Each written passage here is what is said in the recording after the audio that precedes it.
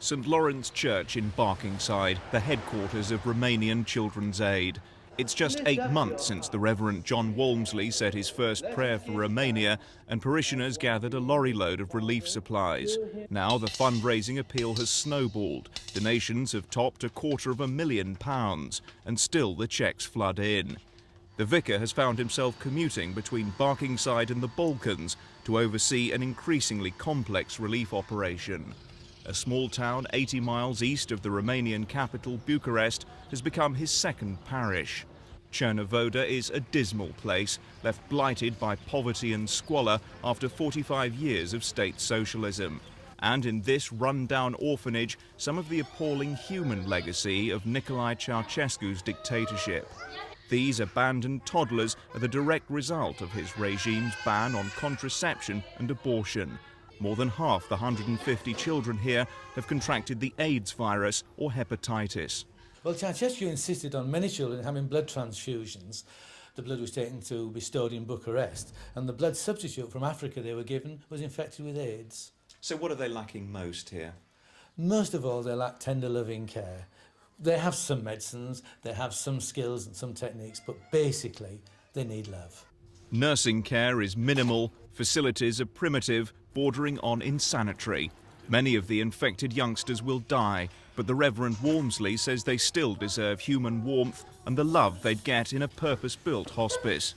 Of course they'll die because of the illnesses they have, but principally they'll have had just a little bit of quality in their lives, and certainly a little bit of love and dignity when it comes to their dying. Up the hill from the orphanage overlooking the Danube Valley is where the new hospice will be built. Work has just started on clearing the site for the new complex. Even John Walmsley can hardly believe his dream is taking shape.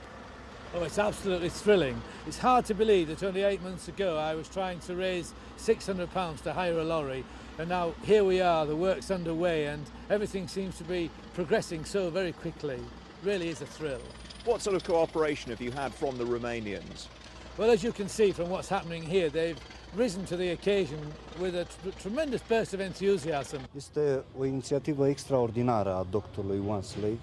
We want to thank the English people and John Walmsley personally for his initiative, because this is a town that confronts with this horrifying disease which we know nothing about, which is AIDS.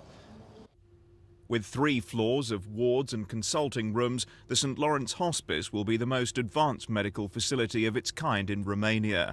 The hospice staff, volunteer British nurses and doctors, will live next door in this house, originally built for a very different tenant. Well, this house was built initially for Ceausescu's ex-prime minister, Ion Dinka, who is now in prison for life for crimes against the state and against the Romanian people. He was supposed to come here and relax. But this house will now have a different use for the benefit of the whole people in the area. With its 100 beds, the new hospice can only scratch the surface of a human disaster. Across Romania, no one knows officially how many thousands of infected youngsters are languishing in primitive orphanages. But in Cernavodă at least, the hospice will bring some comfort and dignity to these children's short and tragic lives. Mark Percy in eastern Romania for Thames News.